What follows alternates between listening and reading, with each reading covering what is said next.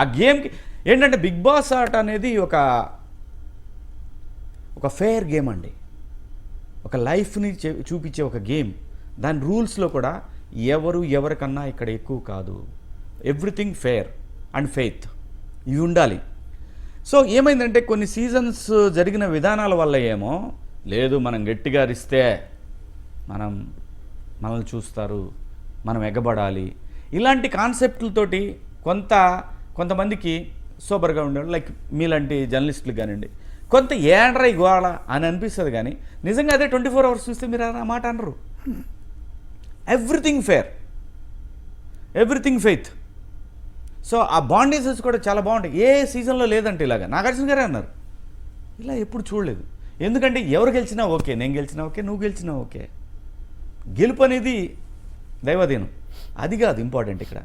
మానవ సంబంధాలు, దాని కాన్సెప్టే అదండి. నీ లైఫ్ని నువ్వు అద్భుతంగా మలుచుకోవచ్చు ఆ షోకి వెళ్తే. పిచ్చోళ్ళు ఏంటంటే బయట స్ట్రాటజీల్లో పలాని మూర్తి వస్తున్నాడు, వీడిని ఇలా కంట్రోల్ చేయొచ్చు అని ఒక పిచ్చ స్ట్రాటజీలు వేసుకొని వస్తారు. అన్ని సీజన్స్ గురించి మాట్లాడాలి, సీజన్గా జనరల్గా ఇలాంటి పిచ్చి ఉంటాయి. అలా కాదు, బిగ్ బాస్ అంటే ఒక క్యారెక్టర్. నీ క్యారెక్టర్ ఏంటో బయటపడుద్ది అక్కడ. నువ్వు ఎలాంటి మనిషివి, నీకు సాటి మనుషులతో నువ్వు ఎలా ఉంటావు, ఒకవేళ ఉండాల్సి వస్తే ఏంటి నీ పరిస్థితి. సచ్ ఎ బ్యూటిఫుల్ కాన్సెప్ట్ అండి.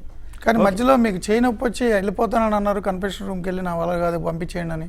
అప్పుడు అందరూ బాధపడ్డారు. అంటే గేమ్ ఆడలేకపోతున్నానా ఏంటి వాళ్ళ చేతికి? అంటే ఒక సందర్భంగా వచ్చేసరికి 9th వీక్లో ఎప్పుడో శివన్న గేము ఆడలేదు, శివన్నని మీరు ఆయన సంచాలకుగానే ఉంటున్నాడు అని అంటే శివన్న వెళ్ళిపోతే పని అయిద్ది అనేది వాళ్ళ ఉద్దేశం. వాస్తవంగా శివన్న వెళ్ళిపోయాడు అనుకో వాళ్ళ టార్గెట్ని ఇక స్టార్ట్ చేయొచ్చు అనేది వాళ్ళ ఉద్దేశం అయి ఉండొచ్చు. ఏదైనా అక్కడ కాంపిటీషన్ కాబట్టి ఎలాగైనా అయి ఉండొచ్చు. అయితే నాకు కూడా ఏంటంటే ఒకడెవడో చెప్పేవరకు నేను ఎందుకు ఉండాలా? బిగ్ బాస్ హౌస్ అనేది 100% ఇస్తేనే ఉండాలి అక్కడ.